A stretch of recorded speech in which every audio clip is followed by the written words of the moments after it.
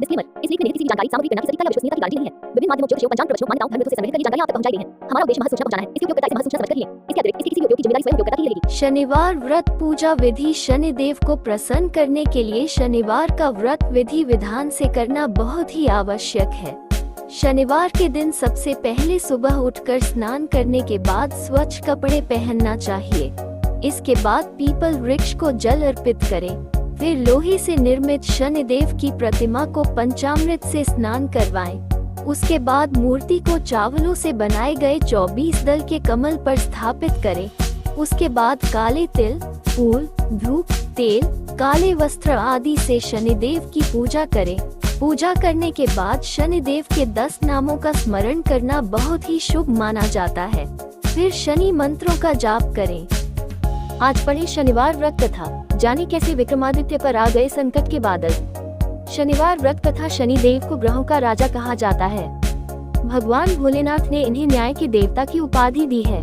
जो लोग शनिवार का व्रत करते हैं उनको पूजा के समय शनिवार व्रत कथा का श्रवण करना चाहिए।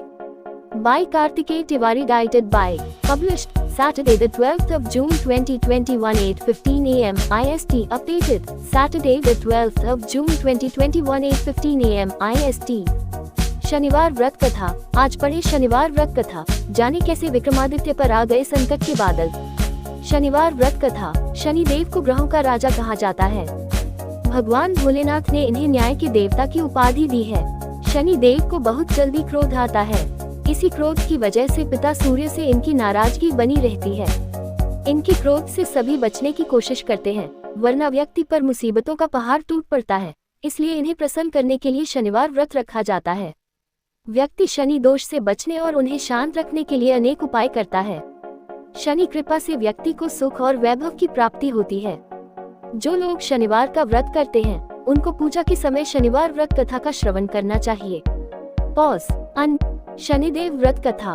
एक बार सभी 9 ग्रहों सूर्य, चंद्र, मंगल, बुध, बृहस्पति, शुक्र, शनि, राहु और केतु में बहस हो गई।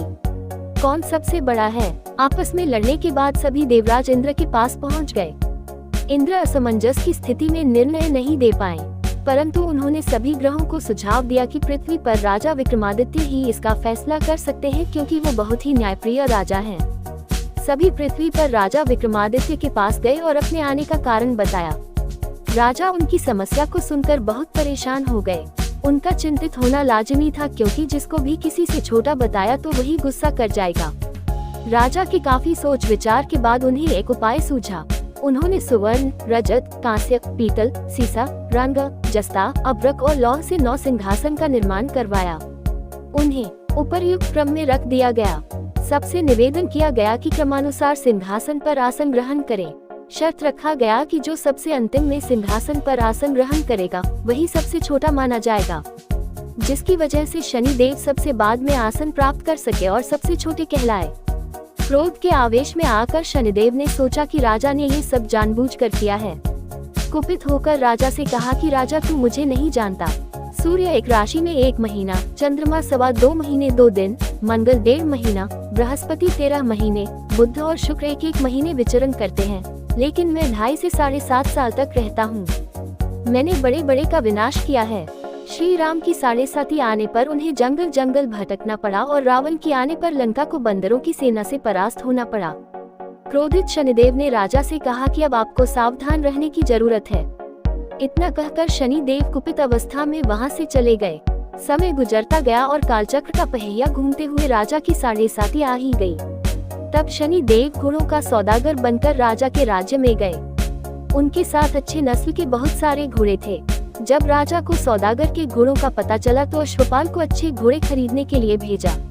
अश्वपाल ने कई अच्छे घोड़े खरीदे। इसके अलावा सौदागर ने उपहार स्वरूप एक सर्वोत्तम नस्ल के घोड़े को राजा की सवारी हेतु दिया। राजा विक्रमादित्य जैसे ही उस घोड़े पर बैठे वह सरपट वन की ओर भागने लगा। जंगल के अंदर पहुंचकर वह गायब हो गया। भूखा प्यास की स्थिति में राजा जंगल में भटकते रहे। अचानक उन्हें एक ग्वाला दिखाई दिया, जिसने राजा की प्यास बुझाई। राजा ने प्रसन्नता में उसे अपनी अंगूठी देकर नगर की तरफ चले गए। वहां एक सेठ की दुकान पर पहुंचकर उन्होंने जल पिया और अपना नाम वीका बताया। भाग्यवश उस दिन सेठ की खूब आमदनी हुई। सेठ खुश होकर उन्हें अपने साथ घर लेकर गया। सेठ के घर में खूंटी पर एक हार टंगा था, जिसको खूंटी निगल रही थी। कुछ ही देर में हार पूरी तरह से गायब हो गई। सेठ वापस आया तो हार गायब था। उसे लगा कि वीका ने ही उसे चुराया है। सेठ ने वीका को कोतवाल से पकड़वा दिया और दंड स्वरूप राजा उसे चोर समझकर हाथ पैर कटवा दिया। अमपग अवस्था में उसे नगर के बाहर फेंक दिया गया। तभी वहाँ से एक तेली निकल रहा था, जिसको वीका पर दया आ गई। उसने वीका को अपनी गाड़ी में बैठा लिया। वीका अपनी जीप से बैलों को हाँकने लगा। कुछ समय पश्चात राजा की शनि दशा समाप्त हो गई। वर्षा काल आने पर वीका मल्हार गाने लगा। एक नगर की राकुमारी मनभावनी ने मल्हार सुनकर मन ही मन प्रण कर लिया कि जो भी इस राग को गा रहा है वो उसी से ही विवाह करेगी। उन्होंने दासियों को खोजने के लिए भेजा, परंतु वापस आकर उन सभी ने बताया कि वह एक अपंग आदमी है। राजकुमारी यह जानकर भी नहीं मानी और अगले दिन ही वो अनशन पर बैठ गई। जब लाख समझाने पर राजकुमारी नहीं मानी, तब राजा ने उस तेली को बुलावा भेजा और वीका से विवाह की तैयारी करने के लिए कहा गया। वीका से राजकुमारी का विवाह हो गया। एक दिन वीका के स्वप्न में शनि देव ने आकर कहा कि देखा राजन, तुमने मुझे छोटा बताकर कितना दुख झेला है। राजा ने क्षमा मांगते हुए हाथ जोड़कर कहा कि हे शनि देव, जैसा दुख मुझे दिया है किसी और को ऐसा दुख मत देना। शनि देव इस विनती को मान गए और कहा कि मेरे व्रत और कथा से तुम्हारे सारे कष्ट दूर हो जाएंगे। जो भी नित्य मेरा ध्यान करेगा और चींटियों को आटा डालेगा, उसकी सारी मनोकामना पूर्ण हो जाएगी। होम, ताजा, पॉलिटिक्स, क्रिकेट, राष्ट्रीय, शेयर बाजार, मनोरंजन, दुनिया, लाइफस्टाइल, बिजनेस, टेक ज्ञान, अध्यात्म, स्पेशल, ऑटो, शिक्षा, एक्सप्लेनर, वायरल, जोक्स, आम मुद्दे, जॉब्स, करियर, शहर चुने, ई पेपर, ज्वाइन करें, वीडियो, शॉर्ट्स, नए भारत का नया उत्तर प्रदेश, राशिफल, राम मंदिर, वाइब्रेंट गुजरात, मेसी फर्ग्यूसन, क्या खरीदे, आपका साथी, हिंदी न्यूज, स्पिरिचुअल, रिलीजन, शनिवार व्रत कथा। आज पढ़े शनिवार व्रत कथा, जाने कैसे विक्रमादित्य पर आ गए संकट के बादल। शनिवार व्रत कथा। शनि देव को ग्रहों का राजा कहा जाता है। भगवान भोलेनाथ ने इन्हें न्याय के देवता की उपाधि दी है। जो लोग शनिवार का व्रत करते हैं उनको पूजा के समय शनिवार व्रत कथा का श्रवण करना चाहिए। By Kartikeya Tiwari, edited by, published Saturday the 12th of June 2021 8:15 AM IST, updated Saturday the 12th of June 2021 8:15 AM IST। शनिवार व्रत कथा। आज पढ़े शनिवार व्रत कथा, जाने कैसे विक्रमादित्य पर आ गए संकट के बादल। शनिवार व्रत कथा। शनि देव को ग्रहों का राजा कहा जाता है। भगवान भोलेनाथ ने इन्हें न्याय के देवता की उपाधि दी है। शनि देव को बहुत जल्दी क्रोध आता है। इसी क्रोध की वजह से पिता सूर्य से इनकी नाराजगी बनी रहती है। इनके क्रोध से सभी बचने की कोशिश करते हैं, वरना व्यक्ति पर मुसीबतों का पहाड़ टूट पड़ता है। इसलिए इन्हें प्रसन्न करने के लिए शनिवार व्रत रखा जाता है। व्यक्ति शनि दोष से बचने और उन्हें शांत रखने के लिए अनेक उपाय करता है। शनि कृपा से व्यक्ति को सुख और वैभव की प्राप्ति होती है। जो लोग शनिवार का व्रत करते हैं उनको पूजा के समय शनिवार व्रत कथा का श्रवण करना चाहिए। Pause, unmute, loaded 21.28%, remaining time -8 ratio 41। Shanidev व्रत कथा। एक बार सभी 9 ग्रहों सूर्य, चंद्र, मंगल, बुध, बृहस्पति, शुक्र, शनि, राहु और केतु में बहस हो गई। कौन सबसे बड़ा है? आपस में लड़ने के बाद सभी देवराज इंद्र के पास पहुंच गए। इंद्र असमंजस की स्थिति में निर्णय नहीं दे पाए, परंतु उन्होंने सभी ग्रहों को सुझाव दिया कि पृथ्वी पर राजा विक्रमादित्य ही इसका फैसला कर सकते हैं, क्योंकि वो बहुत ही न्यायप्रिय राजा हैं। सभी पृथ्वी पर राजा विक्रमादित्य के पास गए और अपने आने का कारण बताया। राजा उनकी समस्या को सुनकर बहुत परेशान हो गए। उनका चिंतित होना लाजमी था, क्योंकि जिसको भी किसी से छोटा बताया तो वही गुस्सा कर जाएगा। राजा की काफी सोच विचार के बाद उन्हें एक उपाय सूझा। उन्होंने सुवर्ण, रजत, कांस्य, पीतल, सीसा, रंग, जस्ता, अभ्रक और लौह से 9 सिंहासन का निर्माण करवाया। उन्हें उपर्युक्त क्रम में रख दिया गया। सबसे निवेदन किया गया कि क्रमानुसार सिंहासन पर आसन ग्रहण करें। शर्त रखा गया कि जो सबसे अंतिम में सिंहासन पर आसन ग्रहण करेगा वही सबसे छोटा माना जाएगा, जिसकी वजह से शनि देव सबसे बाद में आसन प्राप्त कर सके और सबसे छोटे कहलाए।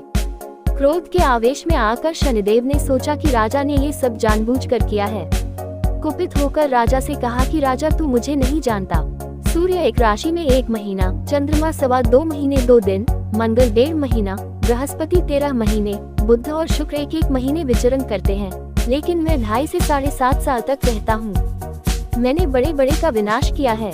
श्री राम की 7.5 आने पर उन्हें जंगल जंगल भटकना पड़ा और रावण की आने पर लंका को बंदरों की सेना से परास्त होना पड़ा। क्रोधित शनिदेव ने राजा से कहा कि अब आपको सावधान रहने की जरूरत है। इतना कहकर शनिदेव कुपित अवस्था में वहां से चले गए। समय गुजरता गया और कालचक्र का पहिया घूमते हुए राजा की 7.5 आ ही गई। तब शनिदेव घोड़ों का सौदागर बनकर राजा के राज्य में गए। उनके साथ अच्छी नस्ल के बहुत सारे घोड़े थे। जब राजा को सौदागर के घोड़ों का पता चला तो अश्वपाल को अच्छे घोड़े खरीदने के लिए भेजा। अश्वपाल ने कई अच्छे घोड़े खरीदे। इसके अलावा सौदागर ने उपहार स्वरूप एक सर्वोत्तम नस्ल के घोड़े को राजा की सवारी हेतु दिया। राजा विक्रमादित्य जैसे ही उस घोड़े पर बैठे वह सरपट वन की ओर भागने लगा। जंगल के अंदर पहुंचकर वह गायब हो गया।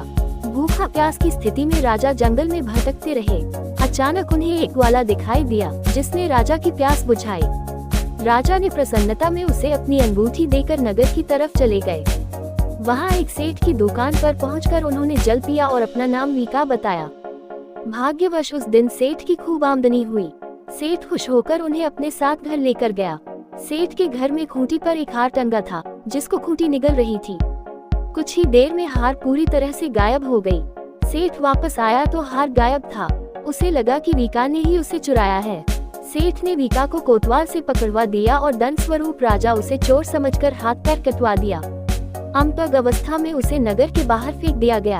तभी वहां से एक तेली निकल रहा था जिसको वीका पर दया आ गई। उसने वीका को अपनी गाड़ी में बैठा लिया। वीका अपनी जीप से बैलों को हाँकने लगा। कुछ समय पश्चात राजा की शनि दशा समाप्त हो गई। वर्षा काल आने पर वीका मल्हार गाने लगा। एक नगर की राकुमारी मनभावनी ने मल्हार सुनकर मन ही मन प्रण कर लिया कि जो भी इस राग को गा रहा है वो उसी से ही विवाह करेगी। उन्होंने दासियों को खोजने के लिए भेजा, परंतु वापस आकर उन सभी ने बताया कि वह एक अपंग आदमी है। राजकुमारी यह जानकर भी नहीं मानी और अगले दिन ही वह अनशन पर बैठ गयी। जब लाख समझाने पर राजकुमारी नहीं मानी तब राजा ने उस तेली को बुलावा भेजा और वीका से विवाह की तैयारी करने के लिए कहा गया। वीका से राजकुमारी का विवाह हो गया। एक दिन वीका के स्वप्न में शनिदेव ने आकर कहा कि देखा राजन, तुमने मुझे छोटा बताकर कितना दुख झेला है। राजा ने क्षमा मांगते हुए हाथ जोड़कर कहा कि हे शनिदेव, जैसा दुख मुझे दिया है किसी और को ऐसा दुख मत देना। शनिदेव इस विनती को मान गए और कहा कि मेरे व्रत और कथा से तुम्हारे सारे कष्ट दूर हो जाएंगे। जो भी नित्य मेरा ध्यान करेगा और चींटियों को आटा डालेगा उसकी सारी मनोकामना पूर्ण हो जाएगी। शनिदेव ने राजा को हाथ पैर भी वापस दिए। दूसरे दिन जब सुबह राजकुमारी की आंख खुली तो वह आश्चर्यचकित हो गई। वीका ने मनभावनी को बताया कि वह उज्जैन का राजा विक्रमादित्य है। मनभावनी खुशी से फूले नहीं समा रही थी। राजा और नगरवासी सभी अत्यंत प्रसन्न हुए। सेठ ने जब ये सुना तो वह पैरों पर गिरकर क्षमा मांगने लगा। राजा ने कहा कि यह सब शनिदेव के कोप का प्रभाव था और इसमें किसी का कोई दोष नहीं है। सेठ ने निवेदन करते हुए कहा कि मुझे शांति तभी मिलेगी जब आप मेरे घर चलकर भोजन करेंगे। सेठ ने कई प्रकार के व्यंजनों से राजा का सत्कार किया। जब राजा भोजन कर रहे थे तभी जो खूंटी हार निगल गई थी वही अब उसे उगल रही थी। सेठ ने अनेक मोहरे देकर राजा का धन्यवाद किया और अपनी कन्या श्रीकंवरी से पानी ग्रहण का निवेदन किया। राजा ने सहर्ष स्वीकार कर लिया। राजा अपनी दोनों रानियों मनभावनी और श्रीकंवरी को लेकर उज्जैन नगरी लौट आए। सारे नगर में दीपमाला और खुशी मनाई। राजा ने घोषणा करते हुए कहा कि मैंने शनि देव को सबसे छोटा बताया था, लेकिन असल में वही सर्वोपरि हैं। तब से सारे राज्य में शनि देव की पूजा और कथा नियमित होने लगी। सारी प्रजा के बीच खुशी और आनंद का वातावरण बन गया। शनि देव के व्रत की कथा को जो भी सुनता या पढ़ता है उसके सारे दुख दूर हो जाते हैं।